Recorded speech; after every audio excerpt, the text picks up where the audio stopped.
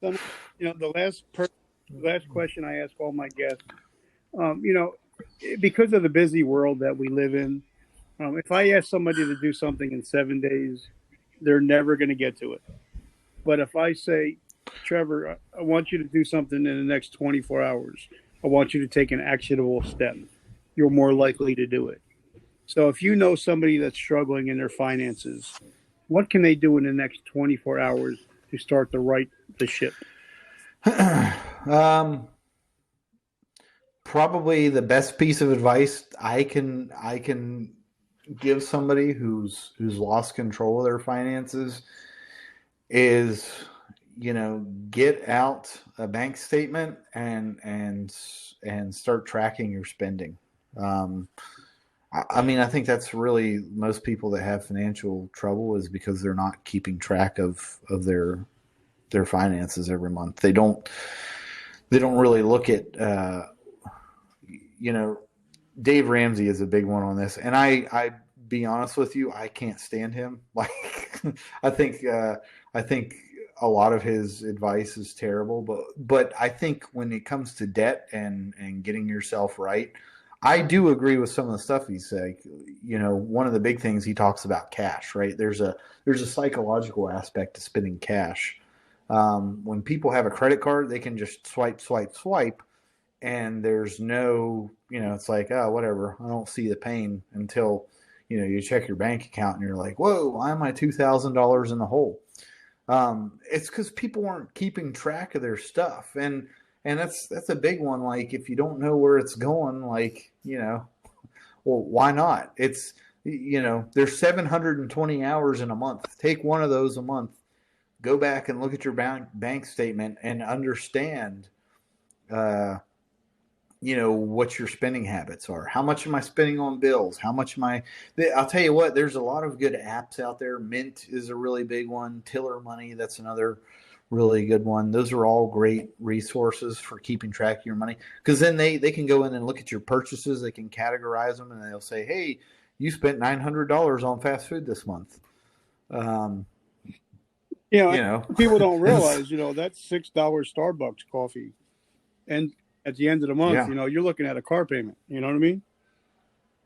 Oh, I absolutely agree. So I would say that number one thing is, like, start tracking your income and expenses, because that's how people do it, and it's not hard. You just uh, it's something that you have to be mindful of. Maybe if you're in a bad spot and you're starting out, maybe you start doing it weekly instead of monthly until you get things under control.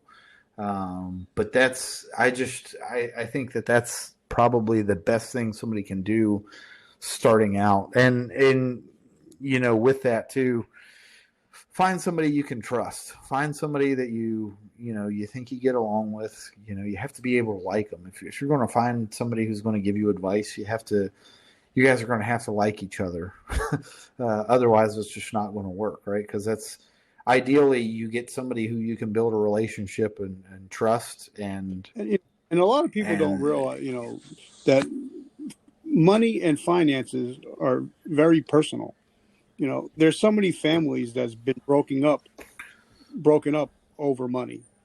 So, like you said, you have to find somebody that you can trust, but you also have to find, somebody that you like, but also you have to find somebody that's going to say, "Listen, dude, you're spending $400 a month on coffee. You know, yeah. buy a coffee maker, and see after a year, you're looking at 4 grand that you can have as an emergency fund." So, I totally what you're saying. Yeah.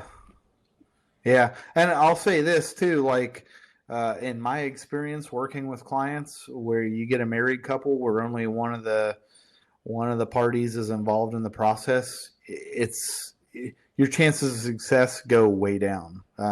If you're married and you think you need help, then that needs to be another conversation that you guys have to have together, and you have to go through that stuff together and make sure. Because I couldn't tell you, that's another big one. Like, if I'm talking to a guy who's getting out of the military, and I'm like, hey, are you married? And I'm like, yeah. And they're like, where's your wife or your husband? And they're like, oh, well, they didn't want to do this. And I'm like, all right, well, to stop here right now and you know, require that you go get them because you're about to make some big decisions. If you go talk to them again and say, hey, he really thinks you should be here for this, um, and they still say no, then we'll work through it. But really, I think if you're married and you try to go through something like this, what's going to happen, and I've seen it happen time and time again. I even wrote an article about it too.